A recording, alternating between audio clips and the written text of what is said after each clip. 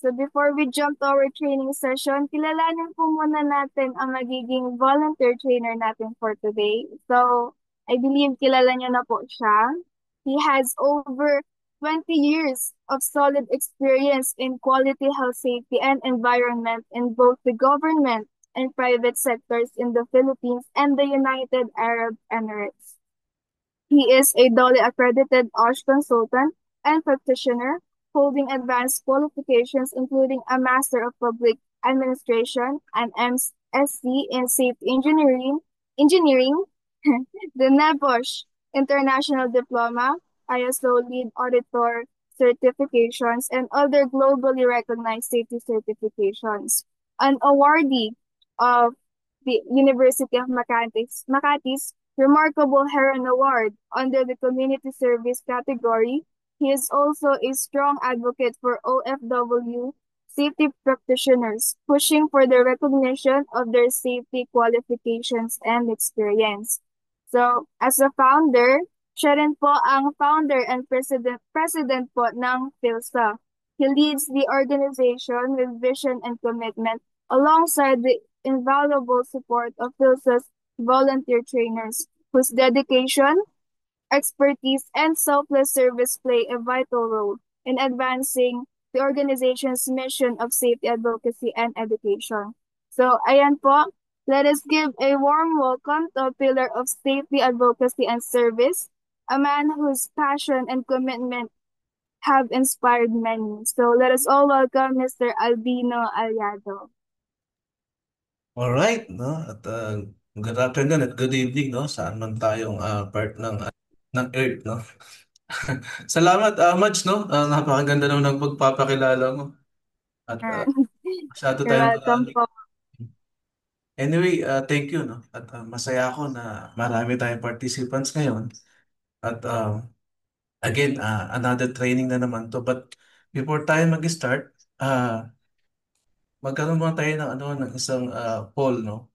So at least malaman natin kung saan natin kung ano na yung ilan yung ano natin, kung saan saan lugar. Oo, di ba? So magme-menti muna tayo. Okay? I suggest na mag-join po kayo. Mag-join po kayo at least para makita natin, no? Okay? So ang ano natin, ang menti use code natin is 24. Nakashare po ba, admin? Okay. So join at menti.com, use code 2452871 Okay? Yan po. Join po tayo, no? Para magkaroon po tayo na, ano. Okay. No, ang unang tanong ho saang sector ka nagtatrabaho? Ay, hindi, mali po na. What is your current country of residence pala? Yan po yung unang tanong. Sige po, sagot po tayo para makita natin. Ayun, Philippines. Pilipino po kayo? Joke lang. Yan, puro nasa Pilipinas pala, no? Out of 100, okay, may dalawa na sumagot. Hey, boss, suggestion na lang po, kung pwede mag-menti tayo instead na sa chat para hindi ka agad mapuno. Anyway, nakikita ko po may mga taga-Philippines, KSA, okay, US Air Force, no, sa Kenya, okay, okay, more on Philippines, Saudi Arabia, alright, alright, okay. Sige po, ano lang, boto pa po tayo, no? Lagay po tayo, yan po yung code 24528714, no? So Middle East and Philippines po ang ating mga ano. So sige, next question po tayo in 5, 4, 3, 2, 1. Okay? Another question, what do you know about solid waste management, no? Pakitype lang po, no? Kung ano po, no? Sana po tayo ng solid waste management, ano na po ang inyong alam? Okay? Gaano na ba? Ano po yung mga alam nyo? Recycling, waste, segregation, ba, meron sa wax. Wow, ayos. Mukhang meron tayong mag-guide mamaya about wax. Proper segregation of waste. Okay, basic lang boss, no? Ayos yan. Okay, recyclable, bio and non-biodegradable. Okay. RA 9003, recycling. Okay, sige po. Baka meron po at sama ko natin status waste management. Meron sa compliance, no? Status solid waste, segregation, disposal, okay, proper waste segregation, infectious waste, okay, organized process of collecting, treating, and disposing, systematic handling of, ako, matataas na yung mga standard ng ating mga participants, no? Maganda to mamaya. Oo. Anyway, itong training naman natin ay hindi naman no, to gauge yung ano, o measure yung kakayahan no, ng ating presenter, but to at least to encourage yung knowledge sharing. Ganyan no kaganda ang platform ng PhilSan. So ito lang po no at next question naman tayo. Okay, last question. Okay. Saang sector ka nagtatrabaho? Sige po, then start na po tayo ng ating training. Okay, saang sector? Construction, oil and gas, waste management, academe. Meron tayong mga ano sa academe, no? Okay, sana po makatulong, no? Fresh graduate, food industry, mining, construction, well site preparation ba? Ayos. Medical supplies, infra, okay. Facilities management, sanitary engineer. Wala po bang contractor? Alright, na? Educational institution, food industry, yun. Waste transporter, ayan. Si Sir Louis, no? Ayos. Econ, shipbuilding, medical supply, hazardous waste transporter. Ayos to. Alright. So, stop na po ang ating menti, no? Ayan po. Sige. We're gonna begin, no? Yung ating ano, pakishare lang po yung aking presentation. Okay.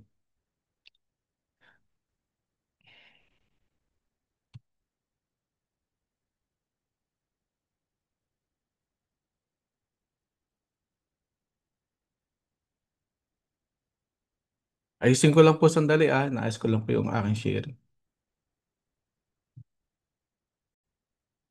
Alright, no?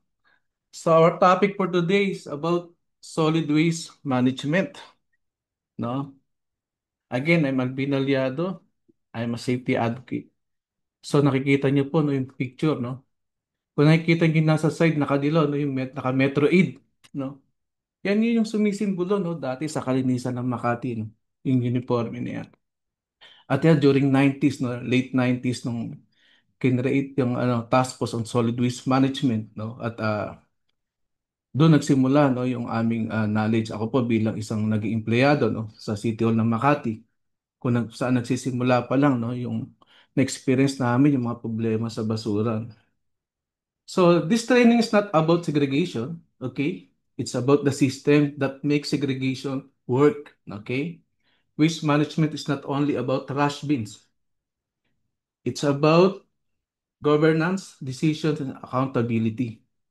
When governance fails, even the best segregation efforts end up in the dumps, no? So, mapapag-usapan natin lahat, no? Paano ba natin i-relate, no, yung halaga ng good governance, no, sa ating solid waste management? Okay. So sabi nga may pera sa basura, no? Ayan, no? So may problema pero may pera, 'di ba, sa basura. So bawal magtapon ng basura, no? Let's have a quick poll, no? Question lang, no? Okay, ito yung bata pa ako, nakikita ko na yan. Bawal magtapon. Pero I was wondering, no? Bakit gano'n? Bawal magtapon pero nandun. Naging ano yan eh. Sign, no? Ng isang, isang ano na pag may nakalagay na bawal magtapon, doon pa nagtatapon, no? So isang tanong ko lang po, no? What is the oldest solid waste management law in the Philippines? A, RA 9003, B, PDA 25, C, RA 6969, D, PD 856. Sige po, type nyo po. Join po kayo at tingnan ho natin, no? Kung okay. Alright. Okay, maraming sumasagot, no? Honestly, hindi ko nakikita sa chat. Okay.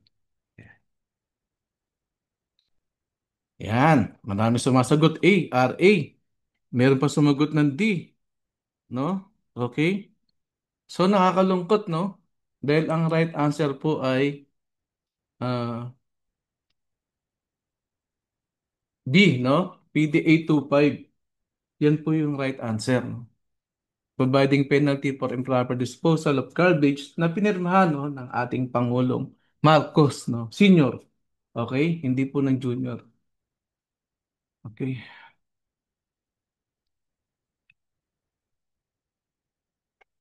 So, after this training, you'll be able to explain the fundamentals of solid waste management, including its definition, principles, and relevance to environmental protection. Identify the three main reasons for managing solid waste. No? Ito yung inadapt ko from safety. No? Yung three reasons for managing safety. Nilagay natin sa solid waste. No? At tingnan natin kung nag-a-apply. Then you are going to describe. No? You'll be able to understand and describe the solid waste management chain.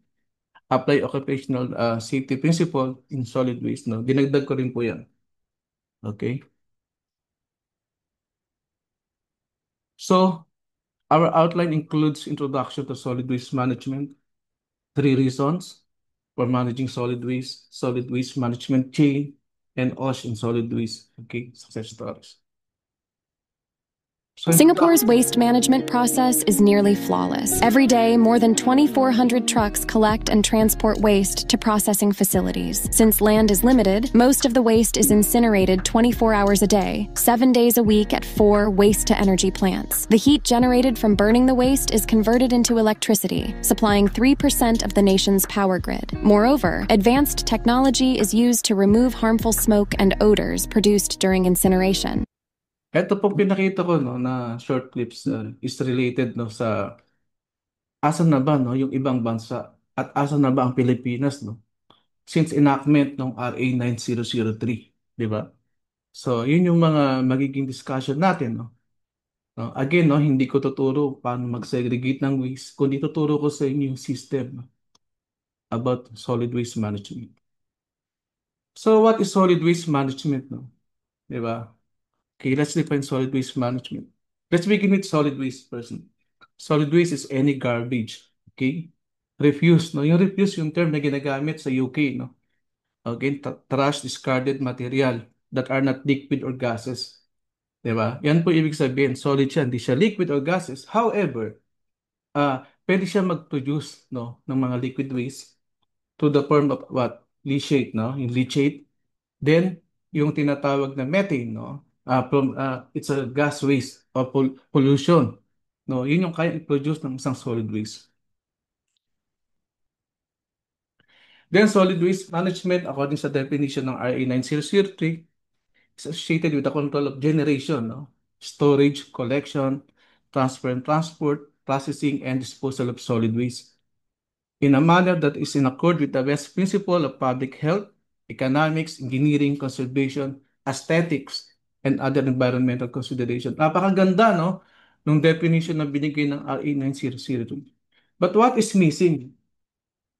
Asan na ba tayo, no? Since nung na-enact yung RA 9003, yung 2001. Di ba?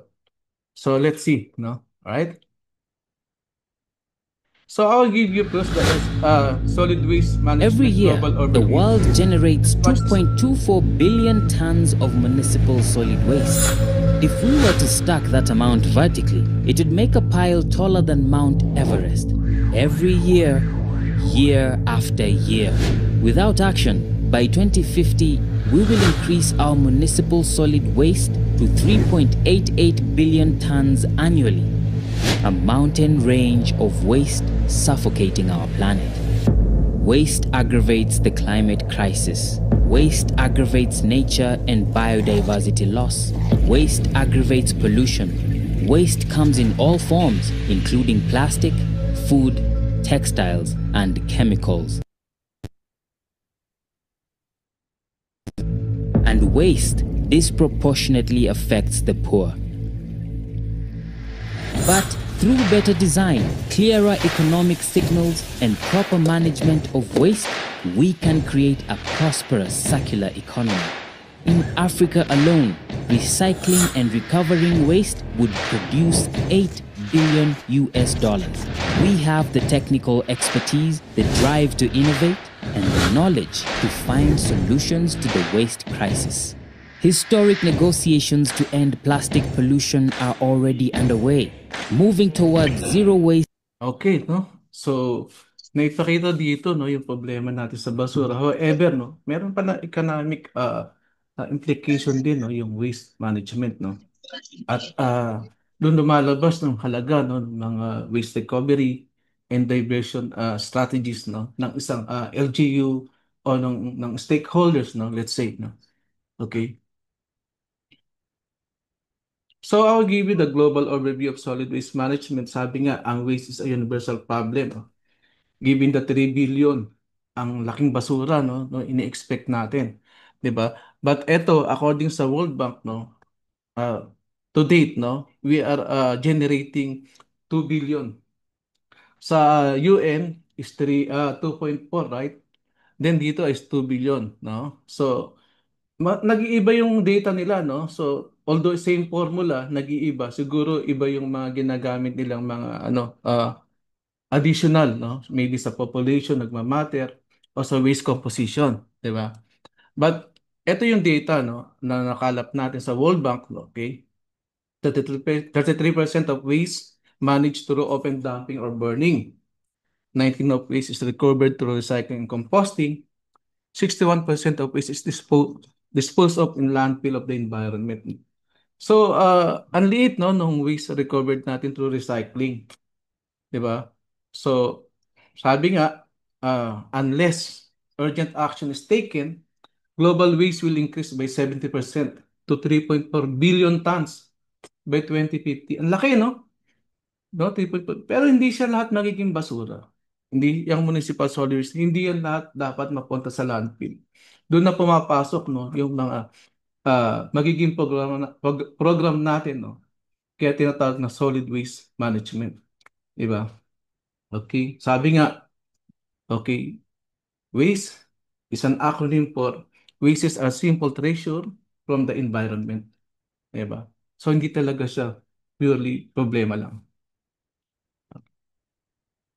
So, given sa study na binigay, no, ng World Bank, nakikita natin dito sa data, no, sabi nga 3.4 billion tons, no. Pero ano ba yung mga factors, no, that influence, no, yung pag-increase, paglobo ng waste generation, 'di ba? So, marami, 'di ba, yung socio-economic factors like yung uh, population growth, economic status, okay, lifestyle, and even the consumption habits, no? Kaya nga meron na nga tinatawag yung consumerism, 'di ba? Parang nag-increase yung ano natin, yung lumobo talaga yung waste generation dahil sa consumerism. Habang nagde-develop tayo ng mga control measure ng mga latest technology, no, to dispose, no, yung final, no, yung residual waste, nagkakaroon naman ng iba't ibang ano activity yung tao, no, na naging anthropogenic, no, na activity na nagko-cause, no, ng increase ng ating basura. Okay, halimbawa sa USA, no, compare sa Ghana, 'di ba? Sa Ghana, 'di ba? Sa Ghana, konti lang maganang mamili kasi hindi sila tulad ng US na maraming pera, no? Basically, pag kinompare mo yung waste generation ng US kumpara sa Ghana, ay napakalaki ng diferensya, 'di ba? Let's say 2 kilogram per capita ang meron sa US, 0.5 lang sa Ghana, 'di ba? So doon pa lang, eh, syempre, babasihan mo rin yung population, 'di ba? O sa Makati, compare sa Sorsogon, di- magmamatter yung calculation nila ng waste composition and of course yung number ng population, 'di ba? Pero pinapakita ko rito, okay, na kayang kumputin, no? Importante na merong data. Meron tayong data management in terms of solid waste. Dapat alam natin gawin, paano natin computin, kung ilan yung waste generation natin. Di ba? Gaya ng meron silang details dito sa may waste na na-incur, no? let's say sa 2 billion tons, merong 4% sa metal, sa glass 5%, plastic 12%, paper and food. Yung sa food is 44%, no? But eto hindi to reflection ng problem. If you are good, no, in managing waste, o meron kang alam, may technical know-how ka, it's an opportunity, di ba? Oo. So according sa World Bank, no, nagmamatter talaga yung income. Let's say for example dito sa graph na to, okay? Pinapakita yung waste composition by income level, no? Let's say compare natin yung high income tsaka yung low income, right? No? Dito yung sa food and green waste, makikita natin sa high income is 32% lang. Pero sa low income, let's say kasama na yung bansa natin, napakataas, no? Nung food waste and green waste, no? O yung organic, no? 56% agad, di ba? And same din sa mga recyclables na pwede sana natin i-recover, no? 25% laban sa low income na 7%. So ganyan po yan, no? Bakit ko pinapakita to, no? Kasi mahalaga na meron tayong data. Dahil ito yung magiging ating baseline, no? In planning, no? Our solid waste management, no? Okay? So ito sa Pilipinas, according sa sa record ng ng ABS-CBN, 2020, 16.63 million metric tons. Okay? Then, sa 2030, we are expecting 19.7 metric tons. Pero 2025 pa lang, according sa datos ng National Solid Waste Management Commission, meron na tayong 22.5 tons yearly generation, no? So, yung projection minsan, ang laki kagad, no? In compare sa meron sa yung expectation natin. Bakit? Ano yung missing, no? Maybe maring kulang tayo sa program, sa waste management program. O medyo confined tayo, no? Meron tayo activity for the sake of reporting, okay na tayo ron, di ba? So, but the good thing, no, we are number 6, no, per capita in terms of solid waste generation. 0.5 only, di ba? I don't know if still, uh, accurate, no? But somehow, it's good that we know our waste generation per capita. Alright? So ito nga, na-expect natin, no, from 2020 to 2045, we are expecting 24.5 million metric tons a year. Tataas tayo ng 47.3%. Ang taas, no? Ba't ganun? Di ba? Nag-introduce tayo ng RA 9003. Nag-introduce tayo ng EPR law. Pero ba't ganun? Ba't ang taas pa rin ng recovery? Ba't hindi natin nakita yung positive side to at least, no, to reduce, no, yung ating projection, di ba? So, yun po. Okay. So, understanding waste generation rate, kayo na ko pa nababanggit, no? I hope na siguro yung mga iba rito, yung academy, ibang mga solid waste management professional, no?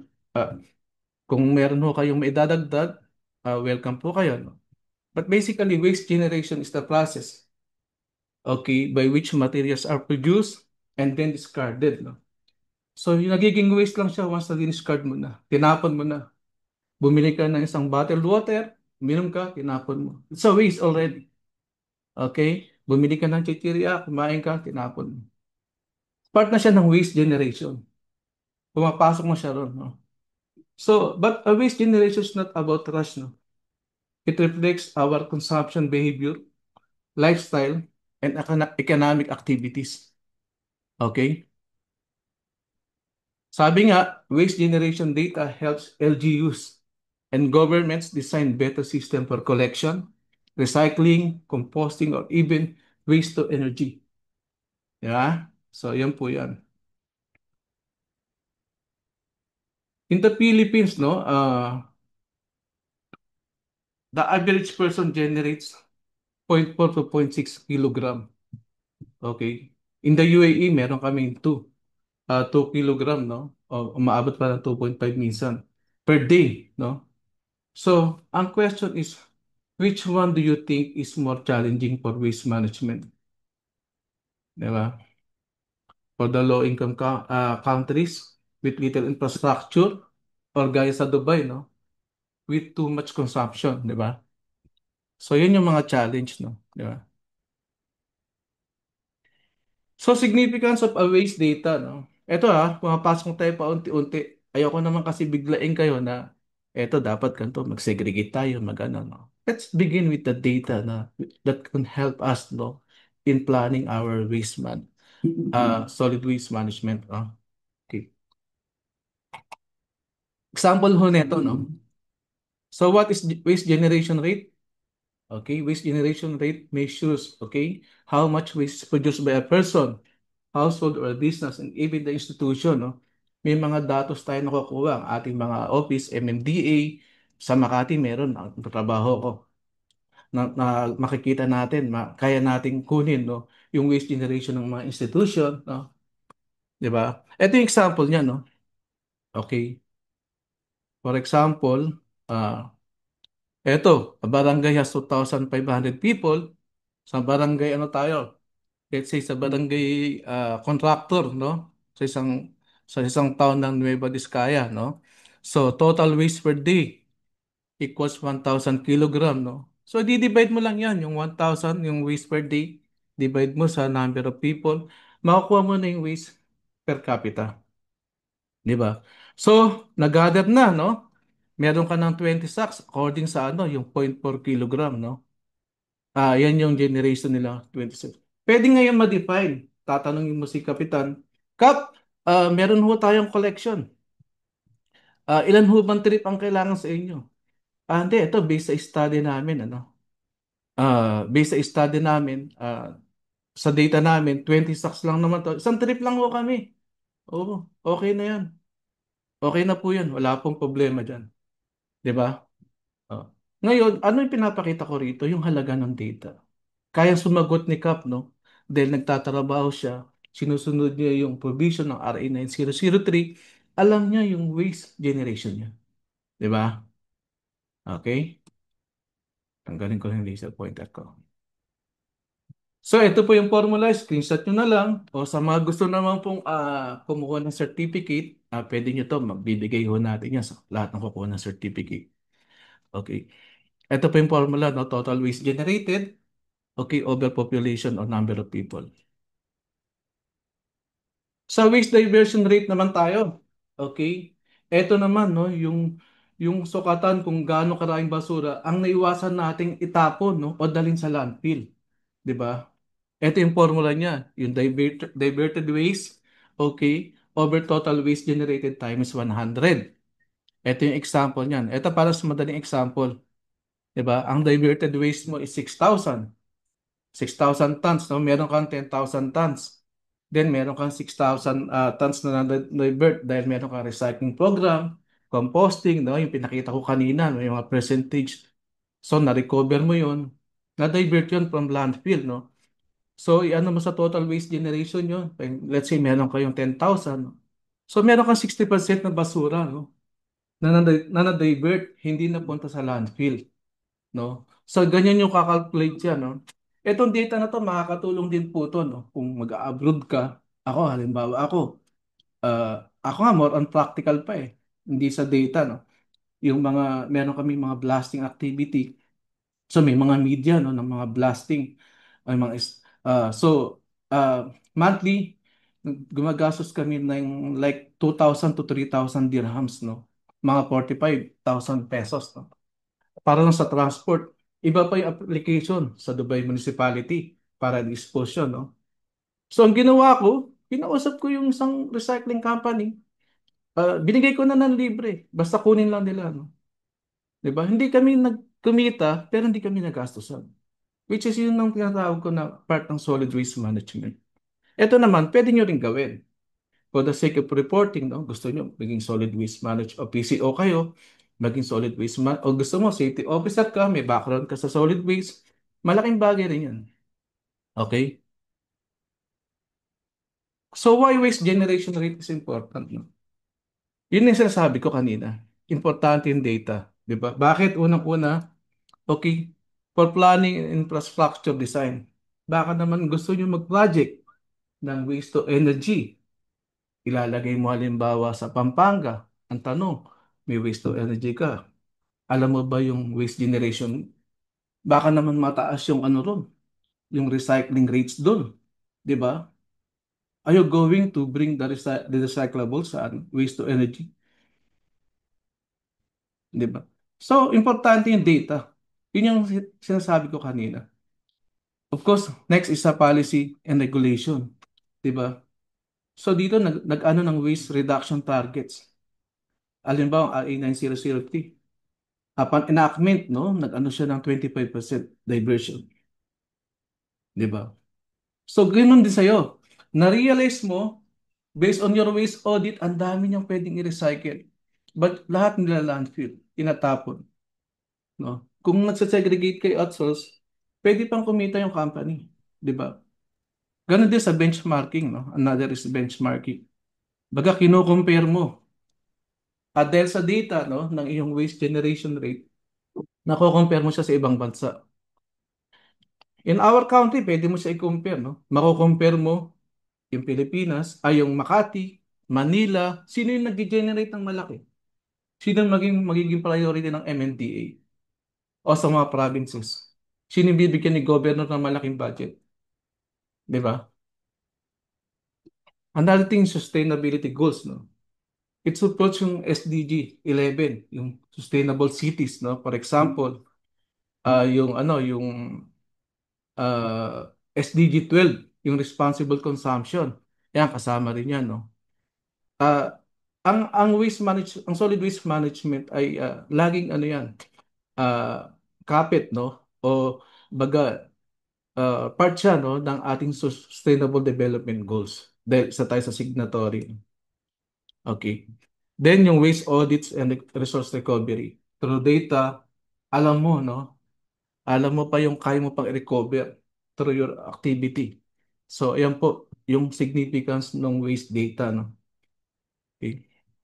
Kung bakit mahalaga ang waste generation rate. So, sana ho, nagigets nyo, no? At baka mabilis ako masyado. Okay.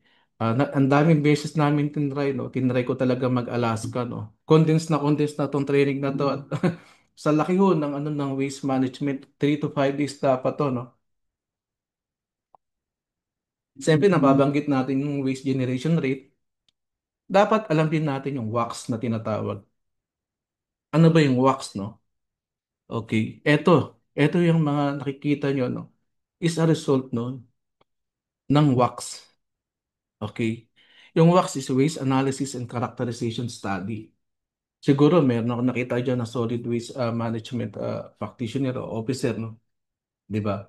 Ito yung proseso na ginagamit upang ma-check natin, no? Yung dami, yung composition, di ba, ng waste. Di ba? Kaya ito, nakikita nyo po dito, meron dyan na identify niya, no? Ah, merong organic cans, okay, brown, oil, okay, HDPE, dito naman may metal, plastic, no? So, bakit? Kasi nag-perform sila ng wax.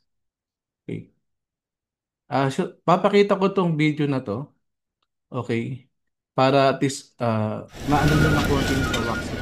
But hindi We siya are out total here process. doing a waste characterization study where we sort trash that comes to the landfill to understand the quantities and the different categories of trash that is being disposed across Ohio. Working with Ohio EPA on this project is very important because the data that we get, we use throughout the years to help us focus on recycling. This is just one way that we are protecting human health and the environment.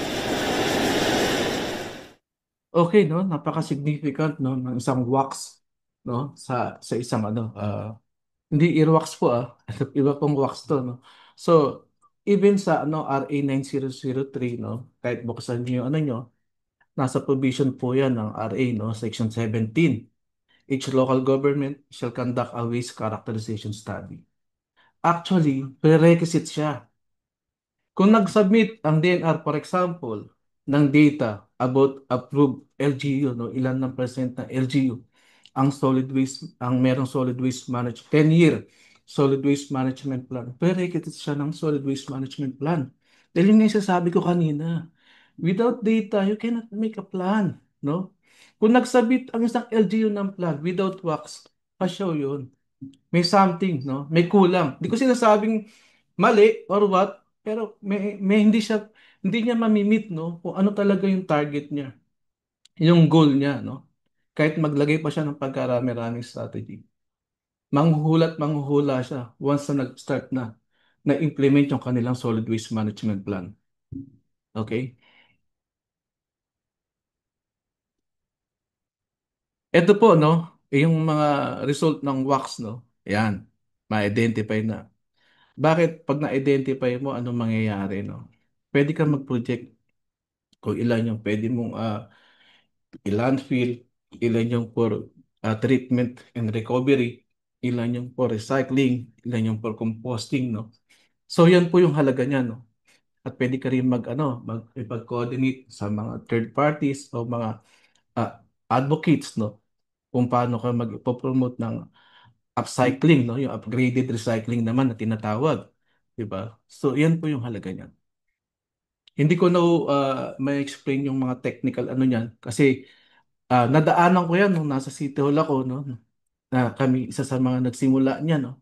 At nung during our time, ang Makati ang isa sa pinaka malinis na lugar. Naging salamin siya. Kaya ako nakarating ng Dubai. Nagustuhan nung Arabo yung Makati, malinis, no?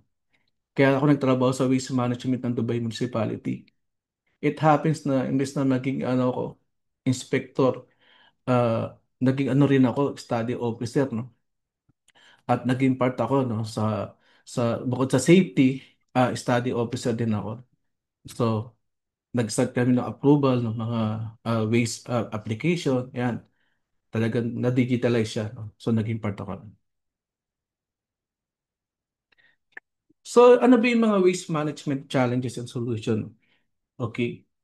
Ito po yung pinapakita yung open dumping, no? Kaya nga ang RA 9003 for instance, ah ang required niya is sanitary landfill. But ang tanong is, meron na ba tayo talagang sanitary landfill based sa international standards? Diba? Yun yung mga something na dapat ah ang mga ano natin, technical people, no? Sa DNR, sa mga panig ng ano man ng part ng LGU, dapat nagtatravel sila. Tinitingnan nila yung best practice. Kung kilala niyo si Architect Palafox, no? Isa sa naging bahagi ng paganda ng Dubai. Kasi ang trabaho niya is mag-travel. Check yung mga best practice sa bawat bansa at dinala niya sa Dubai, no? Kaya ang daming magagandang best practice sa Dubai. Diba? Yan po yan, no? So, open dumping, uncontrolled disposal of waste on land without environmental safeguards. Bara-bara. Okay? Ma-pollute ang ating groundwater. Okay lang. 'Di ba? Mabahuan yung tao, magkasunog sa landfill, okay lang. Yan yun. Yan yung open dumping. 'Di ba? Which is bawal ng RA 9003. Residual waste, no? Waste that cannot be produced, reused, recycled, or composted, no? So, yan na yung for landfill o for disposal, no? Ang problema, kung for disposal siya, dali mo naman sa landfill, open naman, no? Hindi siya pumapasa, no? Sa category ng sanitary landfill, problema talaga. Yeah, so, yun yung mga challenges. Okay. Leachate, no? Yung leachate, maraming tangkit, leachate, no? Malalaman mo na scavenger yung nag-aaway, no? Pag narinig mo yung away nila, leachate ka, di ba? Sasagot yung isa, leachate ka rin. Yan, marami yan sa payatas, di ba?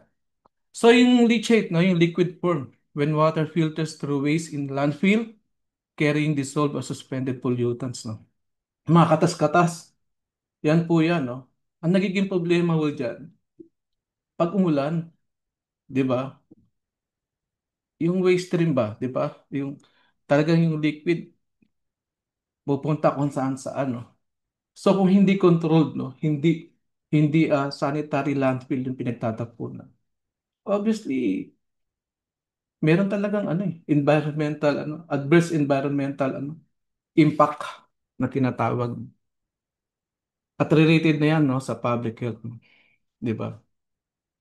Then of course, yung methane gas, no? alam natin, no? Siguro yung iba rito o isa mga hindi pa aware, mataas, no, yung ano nung methane sa landfill. Kahit dito sa Dubai, sa sobrang init, no, minsan nagkakasunog dahil yung mga decomposed ano na waste, no, nasa ilalim na talaga. Baga, minsan, minsan may mga nagkakaroon ng friction ng mga metal waste, no? So, nagkukos siya ng fire, no? Kaya nga yan, kinakapture yan, eh. 'Di ba? Challenge siya, problema, pero kung ika-capture mo, solution, no? 'Di ba? For energy naman, 'di ba? Yan po yan. Okay?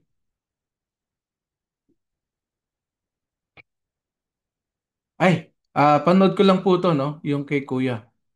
Sabi niya, panood ko rin. We all know rotting garbage is stinky, and it's even worse when it gets wet. So you can bet the stink is sickening when it rains on a 100-foot tall mound of rotting garbage. Of course, that happens a lot at landfills here in southeast Louisiana. When it rains at any landfill, water seeps down through the grass and earth, through the garbage heap, and collects on the bottom. So do liquids that ooze out of the garbage when it decomposes. All that liquid is called leachate. As the garbage decomposes, it emits gases like methane and CO2. A layer of gas forms on top of the leachate. Landfills have a system to collect both the leachate and the gas so they don't contaminate the environment. Pumps send the leachate to retention ponds where it's treated and stored. There are also vertical gas wells running down through the landfill. They use vacuums to collect the gas. Different pumps inside those wells send the gas up and out to a gas plant where it can be processed and sold as usable natural gas. Now, if these pumps are working properly, there should be only 1 foot of leachate under that 100-foot mound of garbage. The vacuums that suck the gas into the wells sit right above that normal leachate level. But if the pumps are not working, like they weren't at Jefferson Parish landfill for years, the mound of garbage becomes flooded with leachate. That flood of leachate can block the vacuums from sucking the gas into the wells, and now that layer of toxic, smelly methane and hydrogen sulfide isn't being collected anymore. Instead, it rises up through the landfill and escapes into the air. Alright, no? 'Di ba? Klarong-klaro, nakikita niyo po, no, sa ilalim. Kaya yung ano, nilalagyan ng mga liner ang landfill, no? At para makontrol din, no, yung design niya, dapat yung leachate natin ay naka-capture, no? At tinitest din ho yan. Dapat may mga sampling para at least, again, another data, no? Para alam natin kung anong mga pollutants na meron, no? Di ba? Okay. So yung methane naman, no, mataas yung ano niya, no? Ah, baga potent siya than CO2. No? Sabi nga 20 to 34 times, no, more potent, no. So yung ang kagandahan sa ano, although sa greenhouse gas, no, mataas ang ano ng methane, pwede naman siya ma-recover, 'di ba? Okay. That's another topic. Okay. So solution ng solid waste management, no, sabi nga, di ko na ano to, pero yung circular economy, no, from the linear economy, okay, take, make, use, and dispose, no. Yun yung style ng linear economy, di ba? Magbili ka, o gumawa ka, tapos gamitin mo, then tapon mo, no. Yun lang, no. But yung circular economy approach, di ba? Imbis na one-way system sa gagawin nating paikot-ikot ang material, no? Hanggat pwede pa siyang i-reuse o recycle. 'Di ba? Para walang sayang, no? Yun yung principle ng circular economy. Kaya nga, sinusugan naman siya ng extended producer responsibility. Sinuportahan siya ng batas na yon para naman yung circular economy principle ay mas maging intensive, no? So, pati yung mga producer, yung mga manufacturer, no, nire-require siya. Sa Dubai, naigpit yan. At part yan ng isang batas, no, na, ng integrated waste management. Okay? Oo. So, kung gumagawa ka ng plastic bottle, sila rin yung may responsibility, no, para ma-recycle yun o ma-recover. Di ba? Yan po yung ibig sabihin ng circular economy tsaka ng EPR. Okay. Sa atin, yung single-use plastic yata ngayon, no, sa Pilipinas kasi nandito kami sa UAE, no. Yun naman ho yung ano ngayon, pinopromote, especially sa Makati. Binabawan ng paggamit ng plastic, no. Another solution yung waste segregation, no. Dapat dito talaga magsimula. Ito yung pinakasimpleng hakbang, no. 'Di ba? Ah, at source dapat, no. Sort at source, sabi nga, no, ni Ate Nick, yung kasama ko sa solid waste. Kapag tama yung pag ano mo, pag-segregate mo ng waste, ang dali, no? Mas madali, hindi na kailangan na ano, yung hindi ka manghihinayang ba na mag-implement ng waste man, pero yung mix, may mga organic, may amoy-amoy na yung mga pagkain, nakasama sa mga recycling na. Parang ang hirap eh, no? So, dapat bata pa lang tinitrain na, no? Kaya sa Japan, no? Napakadisiplina nila. Kahit meron silang mga planta, meron silang MRF, ay napakalinis, di ba? So, yun. Then yung MRF na tinatawag, no? Ilan na ba yung MRF sa atin, di ba? Ako, nung bago ko umalis, mag-abroad, nakita ko pa yung MRF na ginawa sa Pasig, no? Ah, yung ibang mga ano doon din nagbabagsak. Pero I don't know kung nakasara na yun, no? Kasi medyo nung nakita ko, ang sanitary. Baga, ala, hindi pa. I don't know ngayon, no? Siguro, mas marami na tayong natutunan. Mas marami na tayong mga expert, no, when it comes sa solid waste. And I hope malaki yung development and progress. So, quick poll again, no? Okay, kasi ayoko kong tuloy-tuloy. Baka ano kayo, maubusan kagad, no? What do you think is the most common type of solid waste in your barangay? Sige po, pakiscan na lang po, no? Yung ating mentee, no? Okay. Sandali lang po, Ano ko lang po. Okay. Okay.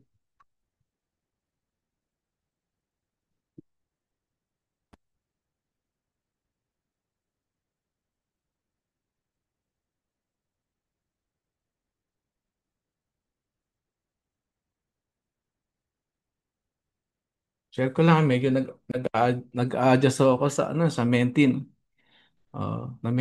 Nami-mentee ako, mental block. Okay, what do you think is the most common type of solid waste in your barangay?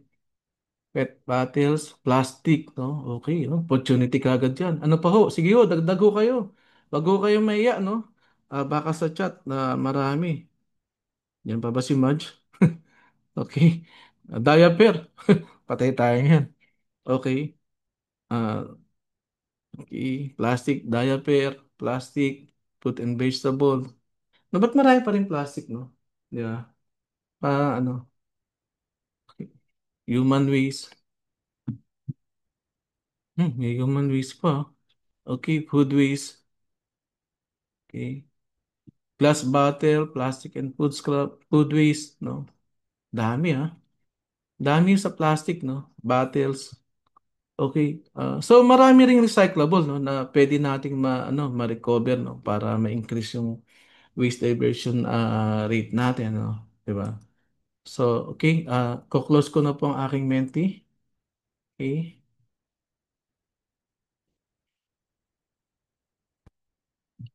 Babalik na ako.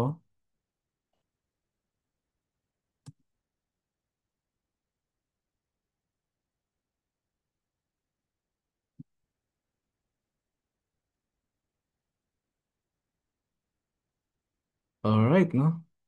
Ah,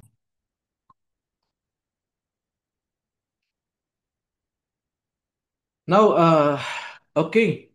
No? Tapos na tayo sa isang ano natin. Now we'll begin yung ano, just like sa health and safety, no? Kasi ano ko dito kami sa Pinas po, HSE po kami, no? Health, Safety, Environment. Minsan nasasama ni security, quality, QHSE, no? So to make it short, risk management. Okay? So sa Pilipinas, nakahiwalay ang PCO, merong safety officer, no? 'Di ba? So sabi nga PCSO, 'di ba? Pero walang pera. Mababa ang sweldo, 'di ba? So ito na po, no. Just like in health and safety, there are legal requirements, okay, and regulation governing the management of solid waste. Okay? So, explain ko tong three reasons for managing solid waste. Ah, So, tawagin natin siyang MEL. Okay? moral, economic, and legal, no? These are the three reasons sa safety na inadapt natin sa solid waste. Okay, moral, no? Protects community, health, and dignity, no? Economic, save costs, generates income, creates sustainability, and legal, ensures compliance, no? Avoid penalty. Yan na naman ang madalas na gusto natin, no? Ma-avoid yung penalty, no? Compliance. Pero yung sa economic, medyo o financial, no? Medyo na ano tayo, no? Na-disregard natin. Pati sa moral, no? Yung ating moral obligation na tinatawag. Okay. Okay, allow me to explain, no? Little, to share you some example. So moral, no? It is our duty to protect health and the environment. So we manage waste because it is the right thing to do. Di ba? Eto nakikita nyo yung ano na yan, activity sa clips na yan, no? Nag-ano siya ng recycling siya ng battery, no? At niluluto niya, yung tingga. Di ba? Oo, yung LED. Di ba? Sa kabilang picture na nasa gitna po, makikita nyo naman po ito pong area na to. Ito po, yan na yan. Nagbaha, no? Nung una namatay yung mga goat, no? Then yung mga aso. Then after how many days yung mga bata hindi na nagsasalita, no? Then later on maraming children na namatay, no? Sa Senegal po 'yan, no? 'Di ba? So, ang tanong, no, if we fail, no, tayo at ang mga anak natin ang maapektuhan, no? O yung mga future generation kung wala tayong proper solid waste management, 'di ba? Ito yung isang ating moral obligation. I don't know, no, kung meron tayo sa Pilipinas na lead battery o ano ba yung way no kaninang recycling. Is it traditional o yung latest technology, no, na talagang merong nasusunod, no, in terms of compliance sa requirements ng health, safety, and environment, 'di ba? Pero basically, isa pong moral obligation 'yan, no, na dapat sa bawat gagawin natin, yung duty of care ba, nag-a-apply. Bawat gagawin natin, dapat protektado tayo at yung mga tao, no, na apektado ng ating activities, no. Okay kumita, no? Mag-recycle ka, mag-composting ka, 'di ba? Yung mga hazardous waste, wala nag-aano, ikaw okay lang. Pero dapat ayusin natin, i-manage natin ng maayos. To the point na napoprotektahan mo, no, yung human health as well as the environment. Okay? Yan po yung ibig sabihin ng moral reason o obligation. No? That's why we should manage no? Using moral. Okay? Then yung economic naman po, no? It can be like, no? Yung sa iceberg. Madalas nakikita natin yung nasa ibabaw lang. Sa iceberg, di ba? Nung nabangga yung Titanic, naalala niyo. Yung sa ilalim ang mas malaki. Halos 80%, no? 20 to 25% tayo nasa ibabaw. Talagang tamaan dyan. Oo. So, ganun din po yun, no? Nakikita natin sa pag-design ng yung waste management program, ang nagko-compute, o let's say si LGU, no? Yan na yung nakikita sa budget, waste collection, transportation fee, or even yung mga companies, no? Landfill, tipping fees, garbage, no? Yan po. Pero hindi nila nakikita yung nasa ilalim, yung hidden cost, no? Yung healthcare expenses. Okay, environmental remediation. Linis baha, no? Sabi nga ni Isko, nakatatlong truck sila, no? Sa paglinis lang ng kanal. Truck na basura, di ba? Disaster response, relief operation, di ba? Dahil wala tayong waste management, ayun, nag-cause, may gumuho, no? Sabi nga nung taga Montalban, ayaw nila na magkaroon ng ano, maging tapunan na yun. Dahil pag gumuho, sila apektado, di ba? Lost revenue, no? At yung mga lugar na malapit sa landfill, no? Tapunan, na napapabayaan, nadidegrade yung value, no, ng kanilang ano, lupa o asset, no? Then yung social and reputational impact, no? Kaya kung hindi maayos ang waste management, mas malaki talaga ang gasto sa bandang huli. So yan po. So involved din yung economic reason, no? Moral and economic. Panoorin niyo po to. Ito po yung combination, no, ng economic and moral, no? And likewise legal na rin. Okay. Tech has a dirty secret. E-waste. As handphones, laptops, and tablets become ubiquitous, e-waste is now the fastest growing stream of solid waste in the world, and it is hazardous. Yeah, unfortunately, we're still putting poison into electronics, and it's not absolutely necessary to do it that way, it's just cheaper. Why has Asia become a dumping ground for e-waste? The Global South is recognized as the graveyard of global, not luxury items. This is beyond the capacity Sa of Malaysia po yan, Thailand to tsaka manage it. Thailand. And will we be swamped by this toxic tide? It is unthinkable as a mother that my own children will inhale toxic air. Alright, no? So, ayan ho, no? Yung pinapakita natin kanina, ngayon, no? Nagre-reflect yan, no? Nung economic reason, no? Can be positive or negative. Dinala sa Thailand, no? To earn more, no? Pero ang nangyayari naman, yung moral obligation nila na nineglect, no? Na, yun, yung isang advocate, no? Inaano niya na, balang araw, baka mga anak niya na, no? Puro mga polluted na, no? Na nasisingot, di ba? Sabi nga, di ba, sa kanta, hindi masama ang pag-unlad. Basta hindi nakakasira ng kalikasan. Di ba? Alright, no? Okay. So, another, yung legal. Okay. So, ang solid waste management, hindi lang tungkol sa kalinisan ng environment. Ito ay isang legal na obligasyon, no? Na dapat nating sundin, di ba? Sa Pilipinas, no? For example, sa RA 9003, obligasyon ng mga LGU, no? Ng negosyo, no? Na mag-implement ng kanilang waste management program, di ba? Halimbawa, no, senaryo, isang LGU, okay, fails to implement ng RA, no? Dahil may mga pondo hindi ginagamit, no, sa MRF, no? So, ano yung cost nito? Non-compliance, di ba? Ano yung legal standpoint? Compliance is mandatory. Failure means penalties, fines, or even criminal liability, no? Alam ko sa isang provision ng RA, pwedeng idemanda ang mayor kung hindi sila susunod dito Nung nagsisimula ako sa Pilipinas, no? Ay nung nasa ako Makati City Hall. So, yun at yun nga andun yung mga ibang requirements, local solid waste management board, no? Nahirapan kami sino yung mga pwedeng i-member, 'di ba? So, ayan po 'yan, no? So legal, may legal implication dapat alam mo, no? Yung mga dapat mong sundin na batas, no? O yung mga requirements. 'Di ba? So again, no, huwag niyo kakalimutan, no, yung moral, economic, and legal. 'Di ba? Okay? Panoorin po natin to. Umaalma ang lokal na pamahalaan ng San Mateo Rizal sa planong gawin silang tambakan ng mga basura na galing Maynila at iba pang lungsod. Banta raw yan sa kalusugan ng mga residente. Nasa frontline ng balitang yan, Simon Gualvez. Kahit araw-araw na raw ang ginagawang declogging at paglilinis ng mga estero sa Maynila, sandamakmak pa rin ang basura.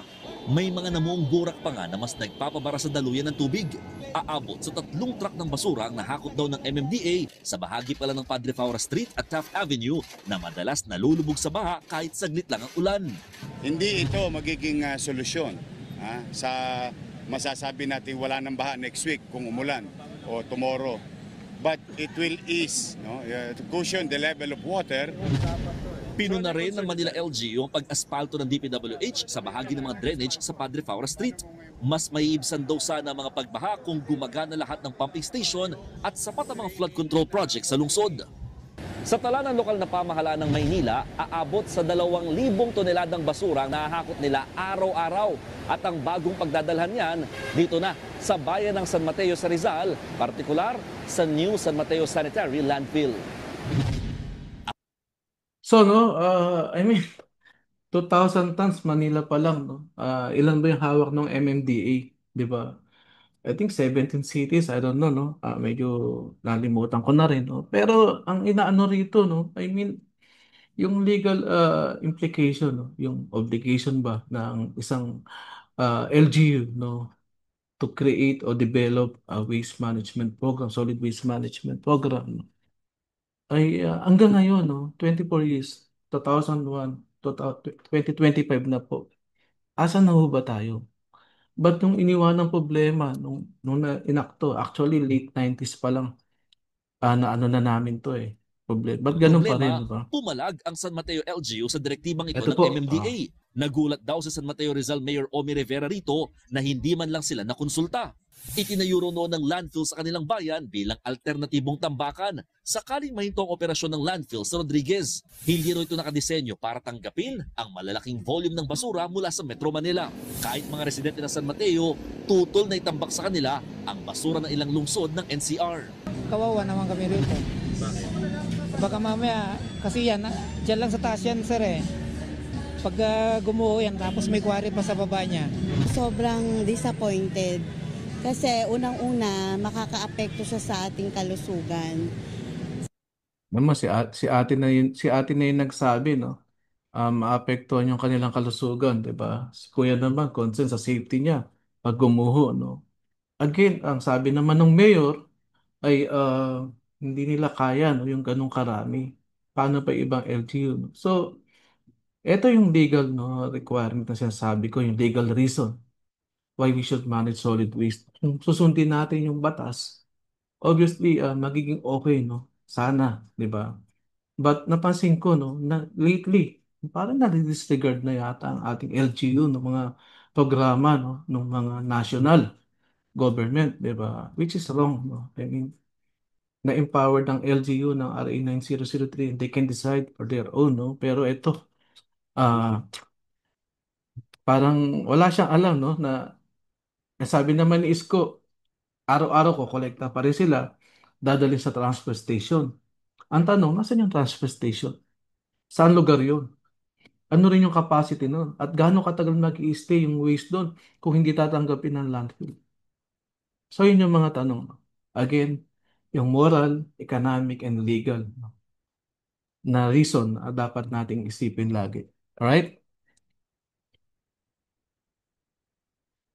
So why should we manage solid waste, no? 'Di ba? Ito, poor solid waste management, no? Lead to dirty environment, frequent flooding, okay, leptospirosis, no, yung mga sakit, no, loss of income opportunities, even the tourism will be affected, 'di ba? So, kung meron naman tayong well-implemented solid waste management, napakaganda, clean and healthy environment. Ito po kuha sa Dubai, no? Ganyan no yung aming mga mga recycle ano to, trash bin, no? Reduce flooding, lower healthcare costs, 'di ba? Reduce hindi yun sinasabi na 100% wala nang flood, 'di ba? Okay, job creation in waste management sector. Marami na ho ang company dito, no, na involved, no, sa waste sector. At iba-iba pang mga recycling activity pa ang na-perform nila, hindi lang sa paper and plastic. Of course, yung sa tourism, more attractive for tourism. Di ba? Pag namasyalo kayo sa lugar, makikwento nyo rin, no? Ay, galing ako sa Dubai, ang linis. Di ba? Medyo may amoy lang iba. Di ba? Oh, may pinag-usapan kalinisan, ang linis naman sa Dubai. Ay, galing ako sa India. Oh, okay naman. Ay, galing ako sa Pakistan. Medyo, ganun, marami. Di ba? Parang di ba? So, yan na rin siya eh. Kaya nabanggit sa definition kanina ng RA, ng solid waste from RA 9003, yung aesthetic. No? Importante rin yun. Oh. Okay? So, okay, just like in health and safety and environment, no? HSE management, let's say, no, there are legal requirements din and regulation governing the management of solid waste, no? Hindi ko naman kailangan explain lahat to, no? But I'm just giving you what are those, no? At least meron ka idea to review, di ba? Hindi mo naman kailangan maging abogado to study lahat ng ano na to na. Pero at least meron kang legal basis and reference when it comes to solid waste management. Right? So, ito na po, no? Usually, start with the local. Okay? Sa local government, then national, regional, and international.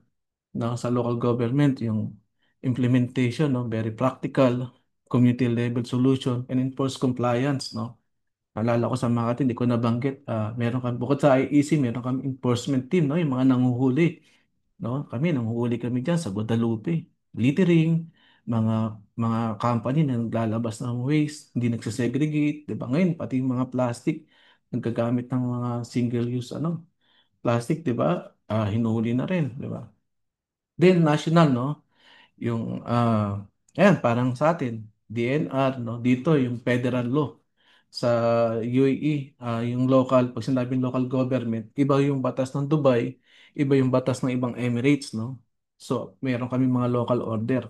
But since medyo advanced ang Dubai, minsan ibang Emirates, ina-adapt na rin, no? Habang kasi bata pa naman tong bansa na to. Okay? Then yung regional, no? Involved na dyan, yung mga ASEAN, di ba? International, yung mga Basel Convention, no? Mga treaties, no? So, ang advice ko lang, no, sa inyo, kung nag-ano kayo ng waste management, dapat i-apply nyo to, no? Hindi naman to mandatory ang pag-implement ng ISO, no? But according sa ISO 14001, clause 6.1.3, no? The organization shall determine and have access to the compliance obligation related to its environmental aspects, no? Dapat alam ng isang organisasyon kung anong batas at regulasyon ang applicable sa kanilang mga activity. Dapat meron kang legal register. Andun po lahat, no, yung mga batas, no. Kami dito sa UAE bilang HSE, no, meron ko kami lagi niyan. Ina-update namin yan. Halimbawa, to, RA 9003, nandiyan. Oh, may EPR naman ngayon. Di ba? Yung RA 11898, for example. Ina-update mo siya. Then titingnan mo ngayon kung compliant kayo. Di ba? Meron na ba kayo MRF? As LGU, for example. Wala. Non-compliant. Oh. Pag dumating yung mga auditor, okay, environmental audit, meron kayo. Makikita ngayon yung mga lacking, no? Pag tinignan. So, dapat meron kayong naka-assign na dapat nakakaintindi o marunong mag-implement when it comes sa solid waste o even sa environment. Requirements po yan. Ito po yung example niyan ng isang HSE legal register. Sa amin, HSE pa nga. Kasama yung health and safety, then environment, then yung local, international law. Yan, naka-ano lahat yan. Di ba? Ganyan no kaganda yung practice, no, na natututunan namin dito sa abroad. Ito yung mga sample ng mga international policies and laws, no. I must admit, no, nakalimutan ko na iba dyan, di ba? Pero when it comes sa Basel Convention, naalala ko to, yung transboundary movement, no, ng hazardous wastes, no. So bawal po 'yan. Dito kasi sa amin sa UAE, hindi porki isang bansa ang UAE, no. Hindi ka pwede basta mag-import o mag-export ng mga waste papunta sa Sharjah o sa ibang Emirates, no, unless for recycling purpose, 'di ba? So at least nako-control, no, ng government following o adapting yung international policies and law, 'di ba? Bakit mahalaga yan? O, halimbawa, kaya mo bang kontrolin na kung ang bansa ay tatanggap ng waste from, let's say, tatanggap sa UAE, okay? O tatanggap sa ibang, sa ibang bansa, dadalhin yung mga batteries nila, no? E-waste, gaya ng pinakita ko kanina. Tapos wala namang capacity, no? So, nire-regulate ng Basel Convention bago magtanggap, no, mag-import, no, nire-regulate ng Basel Convention yung mga waste manifest nila. Paano ba nila to? May capacity ba sila i-recycle, i-store, i-transport? Paano yung mga community, yung public, no? Ano mangyayari, di ba? Yan po. Same with the Marpol Convention, no? Hindi nyo ba naisip? Paano kaya magtapon yung mga seaman, no? Yung mga barko, ang daming barko. Paano sila nagtatapon sa dagat?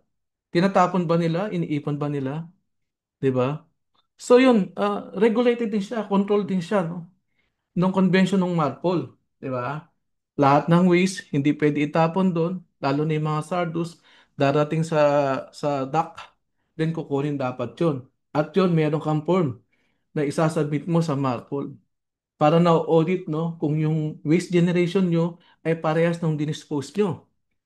O yung inyong ino-ordinate sa isang recycling company. Alright? Ganyan po yan, yung takbo, no, ng batas. So, panoorin ho natin to, no, yung insight. Local law enforcement in Thailand is on a surprise raid. They are not looking for contraband, Ito yung kadugtong nung drugs, kanina. or illegal workers. Kita nyo, This no? inspection is for e-waste. E-waste, it is the waste from the electric and electronic devices, which include some kind of toxic substances, for example, television, desktop computer, cell phone, refrigerator. Located in Klongkyu village, Ay, nawala. Sorry po. in the Chonburi province, about a 2-hour drive from the capital Bangkok, this vast facility spans around 268,000 square meters. That's roughly the size of around 50 football fields. This factory was supposed to have suspended activity because of building and safety violations. But it did not take long for the authorities to find that processing of illegally dumped e-waste is still going on. It's one of the fastest growing solid waste categories in the world. In 2019, the e-waste generation 54 million tons.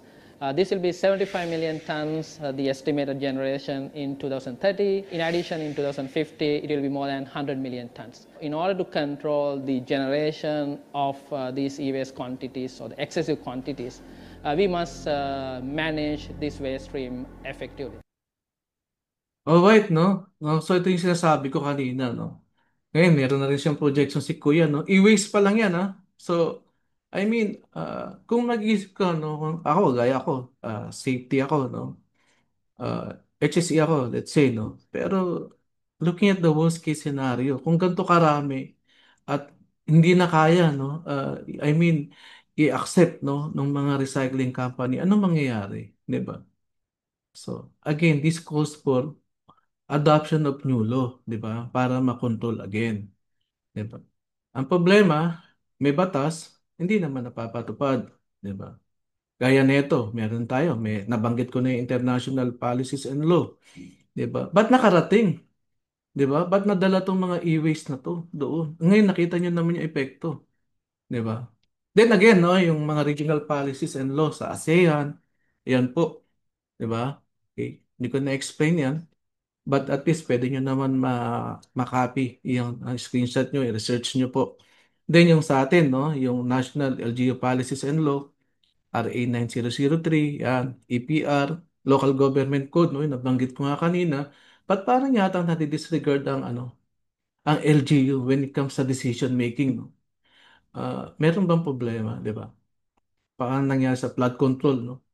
Nakapagsimula lahat, nakapag ng project, hindi alam ng mayor, hindi alam ng governor. Di ba? So, merong legal challenge na sa atin. Di ba? So, ito po yung mga provision ng RA 9003. Okay, Section 21, Waste Segregation at Source. Okay, kinategorize siya, no? Yung biodegradable, non-bio, recyclable, special waste. Then, yung institutional mechanism, no? Establishment ng National Solid Waste Management Commission under the Office of the President should be, no? Under the Office of the President na I think hindi rin yata no, I don't know. But understanding this provision na I was searching kung sino yung commissioner ng National Solid Waste. I was surprised na ang head mismo yung DNR. DNR should be a member, no? As per law. But I don't want to na ko lang, nare-review ko lang no unti-unti. No? Siguro, kaya kung magre-review tayo, maaring ito yung nagiging challenge sa atin. But hindi umuusad ang ating solid waste management. No? Then, of course, yung LGU responsibility, sinasabi ko kanina, Section 10, no? Have primary responsibility in solid waste. Diba? Within their jurisdiction. How come na pwedeng tapunan basta-basta, no? Maybe because of MMDA, no? Is handling this situation. But ang tanong, pag sinabi bang LGU, si Montalban pwedeng tumanggi. So this calls for another query. Okay? Then LGU must prepare a 10-year plan consistent with the national framework, sabi. But, prerequisite yung WACS na minention ko kanina. Kung merong tayong 50% o let's say 75% ang nagsabit ng 10-year solid waste management plan, dapat ganun na rin yung nakapag-perform ng WACS. Otherwise, dapat hindi aprobahan. Okay? Then, yung provision ng open dumps, okay, waste diversion goal, yung 25% na nabanggit ko kanina, no? Mandatory waste collection and disposal. So, ito na po. Sa UAE, meron din kami mga batas. Hindi ko na ilagay lahat, pero ito, sinampulan ko lang. Marami kami technical guidelines, no? Na napakaklaro kung paano ang dapat mong gawin, no? Magsisegregate ka, ah, anong types, no? Ng mga recyclables, no? 'Di ba? So, yung UAE Federal Law number 24, yung pinaka-main namin dito, no? Sa Protection and Development of the Environment. Ang trackies naman ay siya yung parang nag-ano ng mga free zone. Cover niya yun. Hindi siya pinakikialaman ng Dubai Municipality when it comes sa implementation ng batas doon, no? Then UAE Fire Life and Safety Code, no? Yung parang BFP sa atin. Kung saan ito naman ay nag-handle, no? Ng mga, para sa atin, hindi approval yung ano, business permit kung wala kang compliance, no, sa requirements ng BFP. Ganon din dito. Then yung Dubai Integrated Waste Management Master Plan 2041, which enacted last 2018, no? Unfortunately, 2018 meron na sila ang Ngayong araw nga Pilipinas. pala na Okay. Dana in order po sa Taita, dali bumili nga pala ako ng 2,000 pieces. Mga dali Ano lang po, po si Kalagaan kabayan? ng kanyang klase isda. Admit, pakiano lang po. Medyo ano si kabayan. Nagbabalita yata. Okay, no? Yung adoption 2001, makikita nyo tong RA 9003. Ang UAE, ito naman, yung Integrated Waste Management Plan nila was 2018 only. Then, ang laki ng difference, no? Papakita ko later on. Okay. Then, okay, medyo na parang na habang nagpapahinga ako, ito yung question. Test your knowledge. What is the oldest solid waste management law in the Philippines? Okay, A, B, C, D. Natanong na yata kanina to. Okay, sige po. May nagtatype po ba? Okay. Antayin. Ayan, B, alam na nila, no? PDA 25. Alright, thank you. May sumagot pa na A. Okay.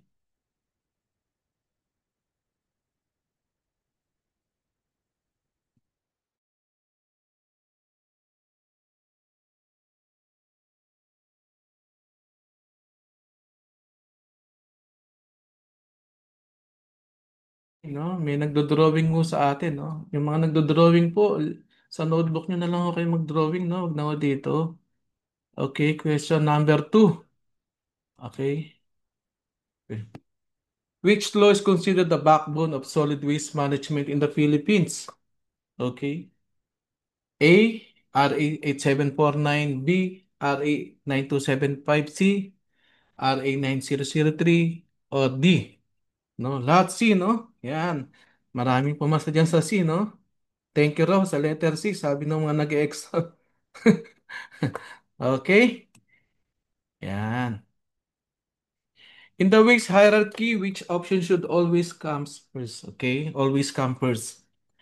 A, disposal. B, recovery. C, recycle. D, prevention and avoidance. Okay. Sabi ni ang dami sumasagot. D. May sumagot pa ng C. Recycle daw. Di ba? Okay. Ah. Ang sagot po ay letter D. Sa Facebook ba may sumasagot? Alright, no? Prevention and avoidance. Yung waste hierarchy po, no?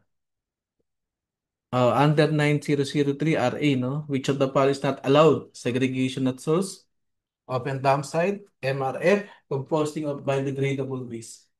Sige po. Po kayo, no? Ano bang sagot niyo dyan? Sa question number 4. May sumagot pa ng D, tsaka A. Ha? Okay.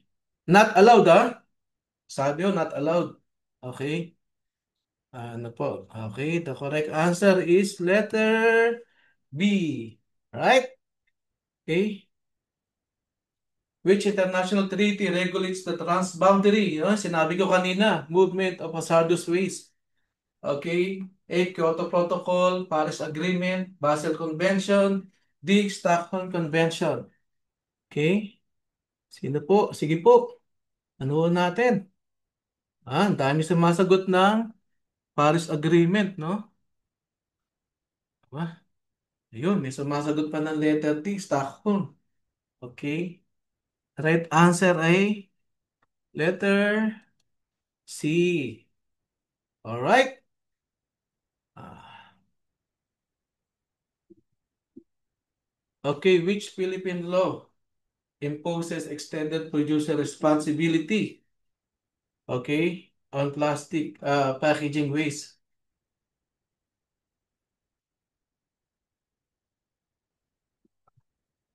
Ano po? RA 9003, RA 6969, RA 11898, or RA 8749? Yan po. Ano po ang sagot nila? Si Julius sumagot na C. Si John Paul. Si Ren. Aba, latest. Dapat lang, no? Alam natin, no?